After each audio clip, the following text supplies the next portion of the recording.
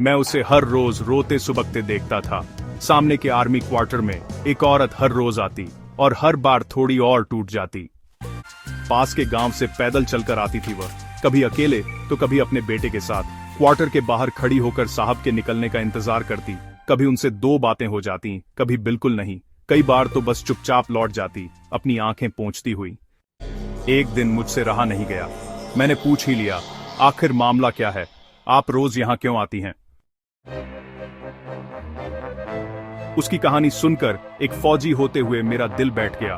उसका पति सरहद पार एक जासूसी मिशन पर गया था, सिर्फ 3,000 रुपये के लिए।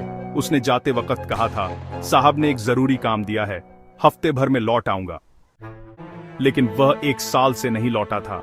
मेरे लिए यकीन करना मुश्किल था कि कोई इंसान सिर्फ 3,000 रुपये के लिए अपनी जिंदगी दांव पर लगा सकता है। पर एक फौजी होने के नाते मैं जमीनी हकीकत से वाकिफ था।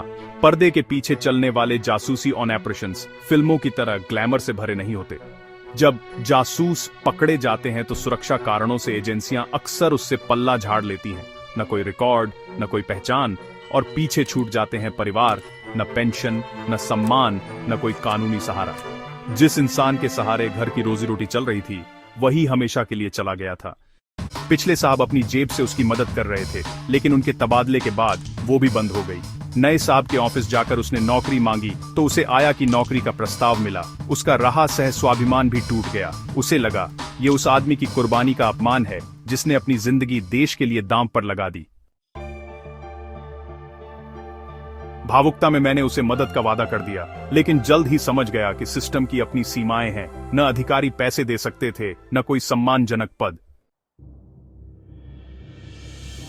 तभी मेरी नजर उसके बड़े बेटे पर पड़ी, जो हर रोज उसकी मां का हाथ थामे उसका सहारा बनकर साथ आता था। और उसी पल मैंने तय कर लिया, मैं इसे पैसे तो नहीं दे सकता, पर एक अच्छा भविष्य दे सकता हूं। काफी भाग दौड़, सिफारिशों और कागजी मशक्कत के बाद मैंने विशेष कोटे के तहत उस बच्चे का दाखिला आर्मी पब्लिक स्कूल में करवा दिया। इस पर वह औरत भड़क गई। उसे आज की रोटी चाहिए थी, कल का सपना नहीं।